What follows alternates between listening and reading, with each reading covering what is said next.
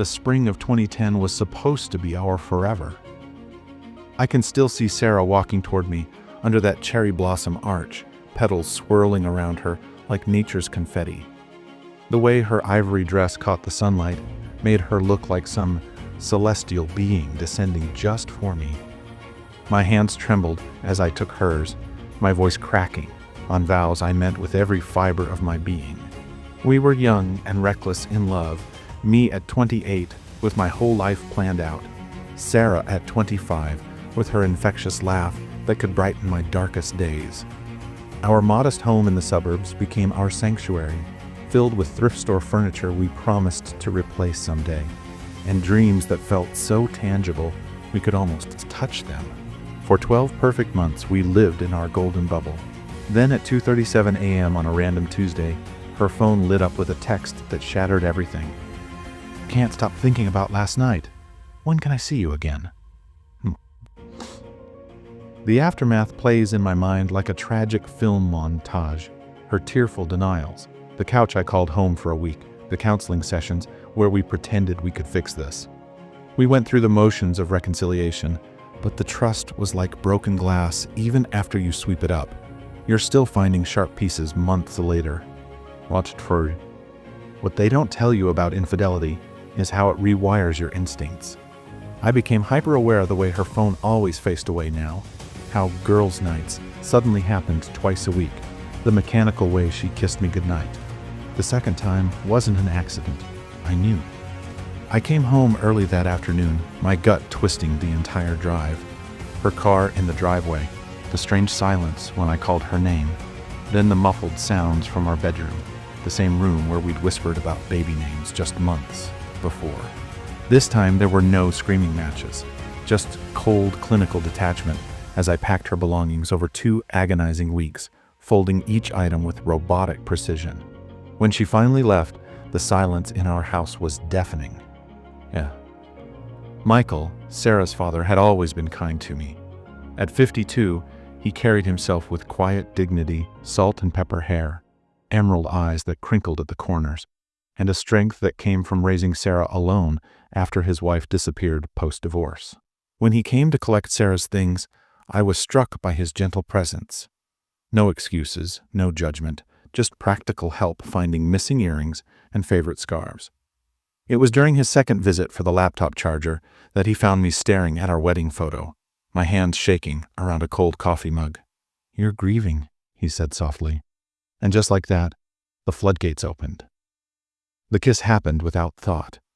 One moment Michael was holding me as I sobbed, the next our lips met with desperate intensity.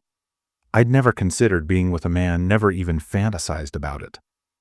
But in that shattered moment, the scrape of his stubble against my face, the solid strength of his arms, it felt like the only real anchor in my storm. What followed was equal parts terrifying and exhilarating.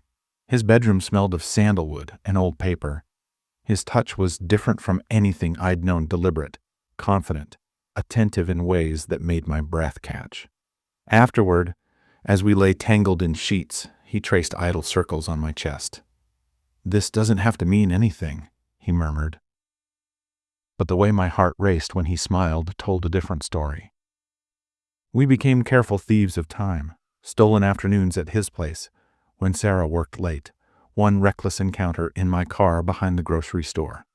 Each meeting left me more conflicted, drowning in guilt, yet addicted to the way Michael truly saw me in ways Sarah never had. He remembered how I took my coffee, noticed when I'd had a bad day, left the window cracked because he knew I loved fresh air while sleeping. The intimacy of being known like this was more intoxicating than the sex, though that was revelatory too, opening doors to desires I never knew I possessed. Meanwhile, Sarah's texts kept coming. "I made a mistake.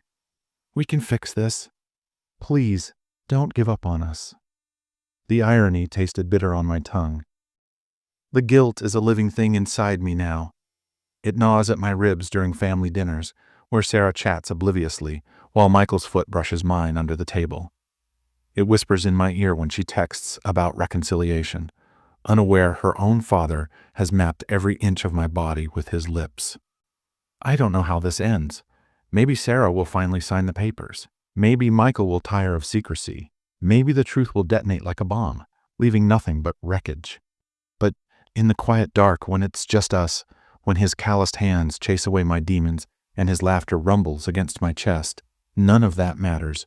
This forbidden love has become my oxygen, even as it threatens to drown me. And so, I carry this secret heavy as guilt, sweet as salvation, knowing it might destroy us all, but powerless to let it go. Words.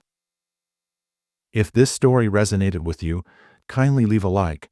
Your support fuels our passion to create more emotional, complex narratives like this one. Don't forget to subscribe for notifications when we publish new content.